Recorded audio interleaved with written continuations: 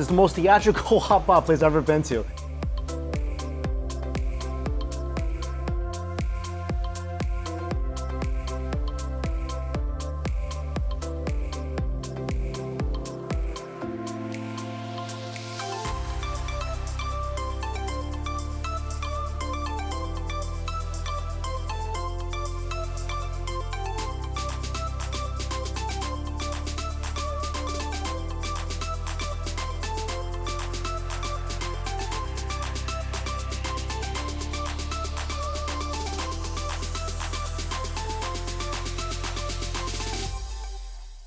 Hi, good morning.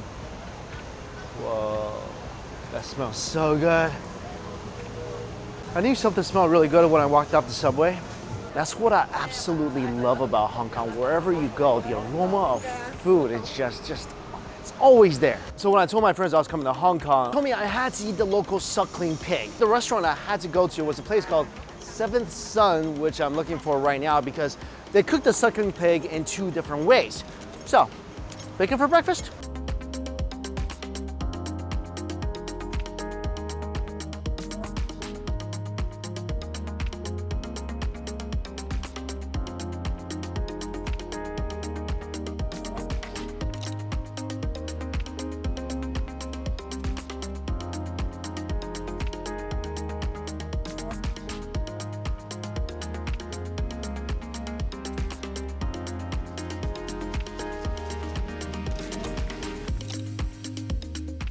Here it is 2 suckling pig because one is just not enough. It's cut in 2 different ways. So this one, the skin is cut off and then the fat is trimmed from the skin and it's placed back onto the pig. And this one is just chopped into pieces. So this will have a lot more of the fat on there. It's gonna be a little more greasy, but I think it's gonna be slightly more flavorful. I think from now on when I'm eating bacon for breakfast, this might be the only thing I can think of.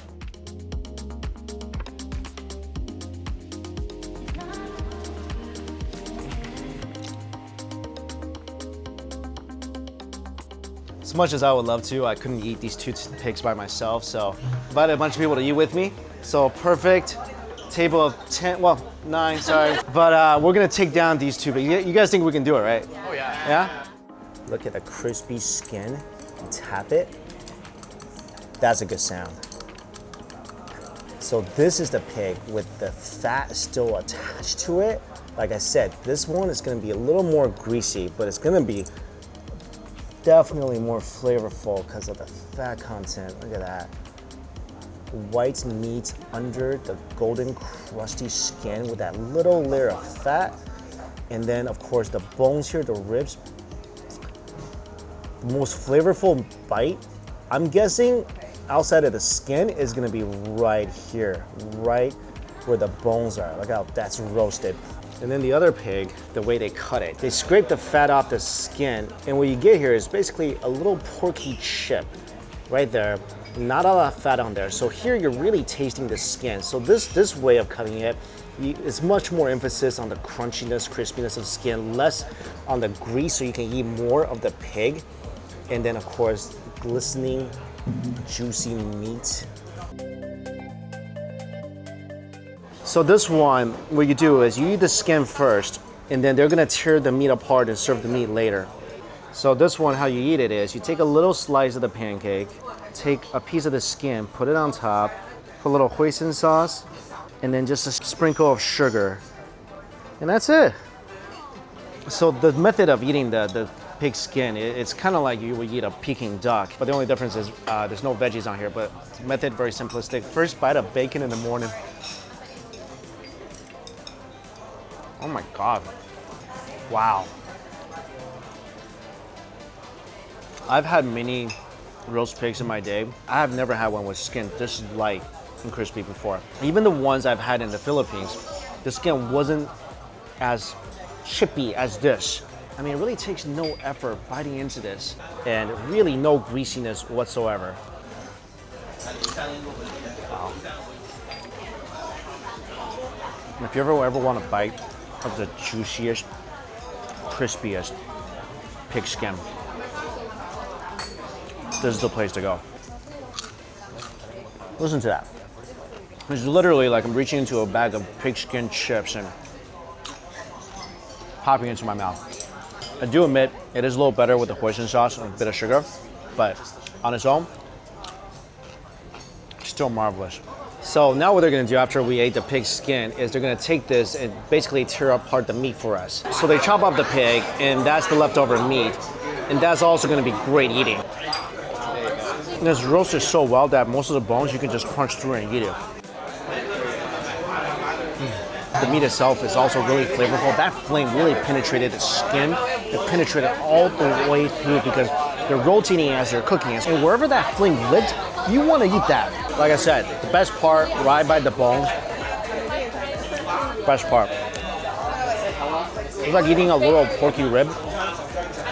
And the sweet, smoky flavor is almost unbearable. The way they cook this pig, it basically tastes like the best chashu, the best ribs, the best roast pig all together in one. Basically, when you walk into a Chinese barbecue shop and you see all those different types of meats hanging there, this is like eating all of them at the same time, and it is absolutely mind-blowing. I mean, the skin is definitely the best part, the highlight of the pig. But then when you eat more, you get down to the meat, to the bones, the flavor, just drowning you in this ocean of juice and smoke and savoriness and sweetness. Basically, everything you love about pork, everything you love about bacon, you'll find it in this one little bite.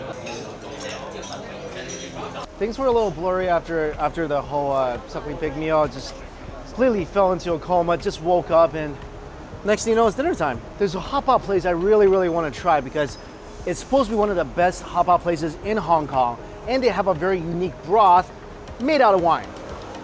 Of course, I don't drink, but I'm pretty excited about that, and I think it's around here somewhere.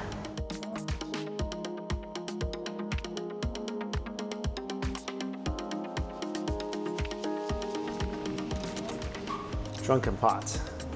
Kind of fitting, right? Some people think I look like the guy from Drunken Master. No, I'm gonna go eat at Drunken Pot.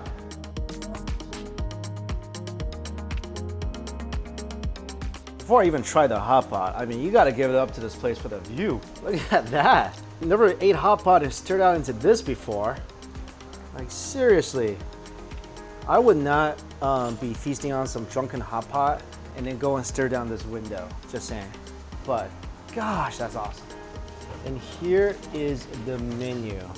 And these are all their signature pots. The Drunken Pot, which is their signature, the ultimate Drunken Pot. Wow. So unlike other hot pot places I've been to, inside the broth already there's a bunch of ingredients. Some of them are loaded up on seafood, some with lobster and truffles. And there's one here, beer soup. Beer and wine is a couple of ingredients. You don't really find a lot in hot pot broth, but I gotta try it out here and see how it is. So we'll do the Drunken Pot, which is their signature. And of course, this pot with the beer and the wine. Beef platter, seafood platter, some pork neck, spam, egg noodles, lamb.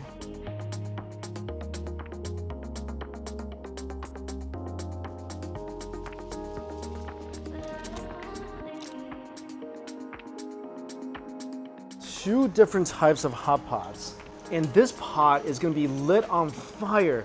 All right, go ahead, Maestro. Woohoo!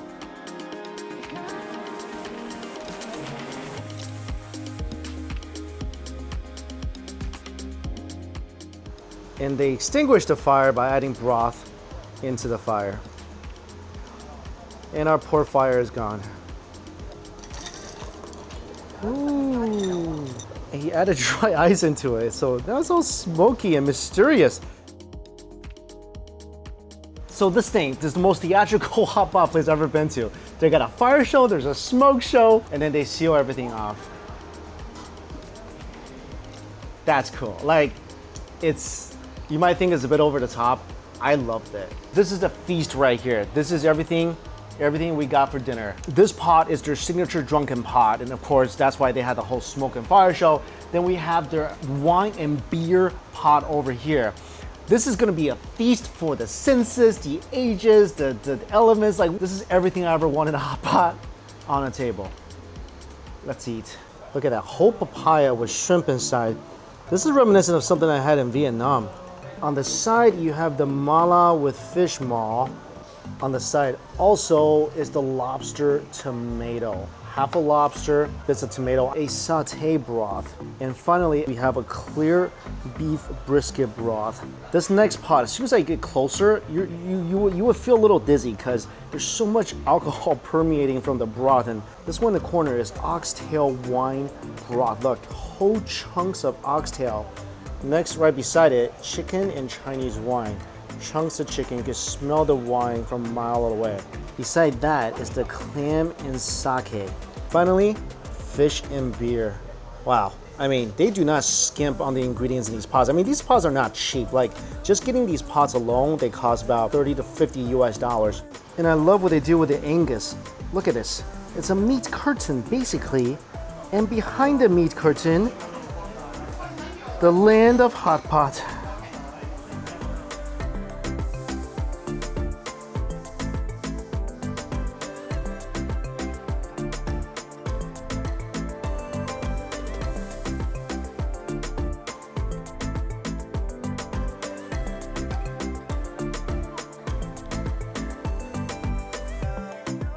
And joining me, my friend Jamie and my friend Jimin. What's really cool about this place is that they give you 2 sets of chopsticks. You got a longer one where you can use to kind of get your stuff in the pot, and a short one for eating. Also, this really cuts down on contamination so you don't get sick. First thing I gotta do is try all the different broths. I'm so excited about this. Wow, the brisket broth, very peppery, tons of beef flavor. The whole papaya one smells really fruity, obviously. Oh, that's good. It's basically slightly sweet papaya broth with a hint of alcohol. I could drink that as a soup right now. Oh, the flavor of the saute will just knock you off your feet. That is thick, and it's deep, and it's delicious.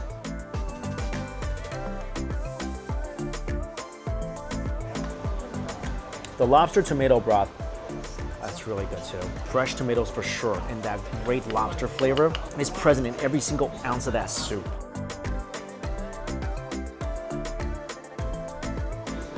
Oh, the mouth. Oh man. Guys, if you're not like at least level 10 black belt ninja kung fu ultimate master at spice, do not order that. That is spicy. Love the oxtail soup. Clam broth, I don't really taste much of the clam. I taste a lot of the wine, not much of the clam.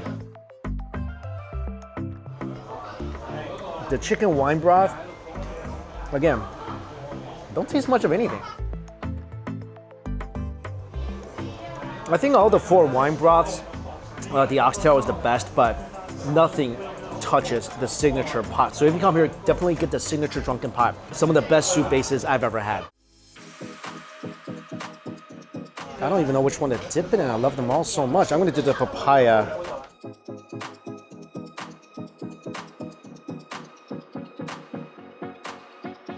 Oh man. Love that papaya broth. Beef melts in your mouth. Slightly sweet from the papaya. That's amazing. I wanna taste the brisket that's been cooking in the brisket broth.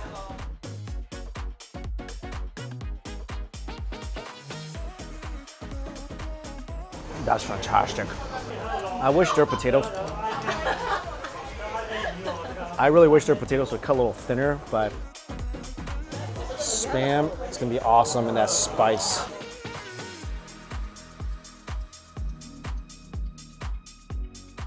Dip it in a little of my sauce.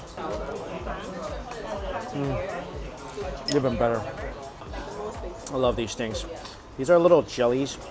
They have 0 calories. If you want to lose weight, eat some of this. I mean, this will fill you up. You probably use more calories eating this than this thing has. Of course, I'm dipping in it fast, so that negates that.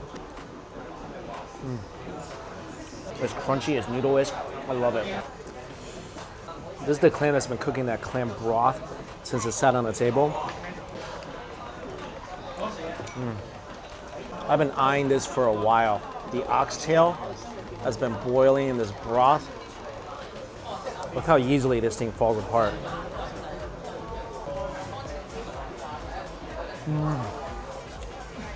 The oxtail and the wine broth, Out of this world. Not a bad bite so far. This is definitely already one of my favorite hotpot experiences ever. Oh yeah, come here, baby. Oh, this is one of my favorite sides right here with the Spam, bean sprouts, and the fish maul. Eating hotpot is one of the few times I ever say the words, I love Spam. Those of you who don't like Spam, trust me, put it in a hotpot, you're gonna love it. One of my favorite parts of hotpot, stew a potato. And this one's been stewing in the papaya mixture. Dunk it, a little bit of my sauce.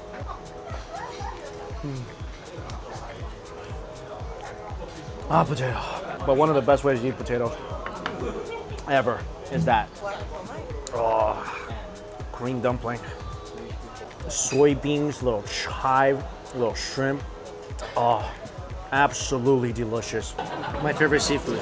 Razor clam is cooked in the clam broth with wine.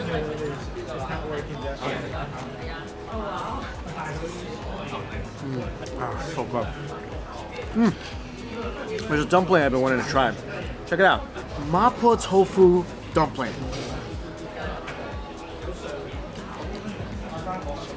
Alright, I can taste there's tofu in here, but really not much of a mapo tofu flavor. Kind of disappointing little dumpling.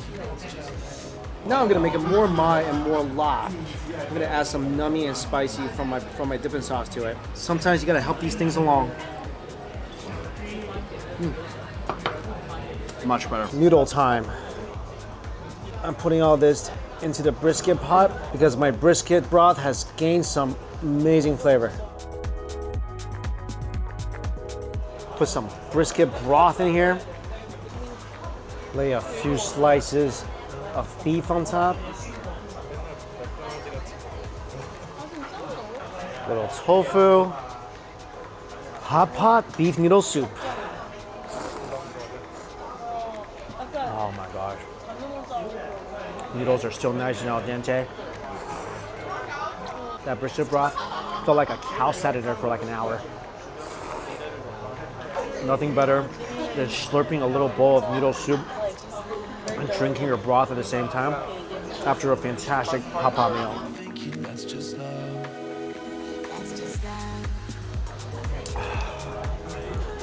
There are a few foods that can satisfy you like a good hotpot meal, and probably the best broth I've had around the world ever is right here. Ingredients are fresh. As with most restaurants in Hong Kong, it's a little pricey, but I feel like you really gotta try this because I feel like their broths and their soup bases and the way they present everything, it's very unique when it comes to hotpot restaurants. Now, I know exactly what I need.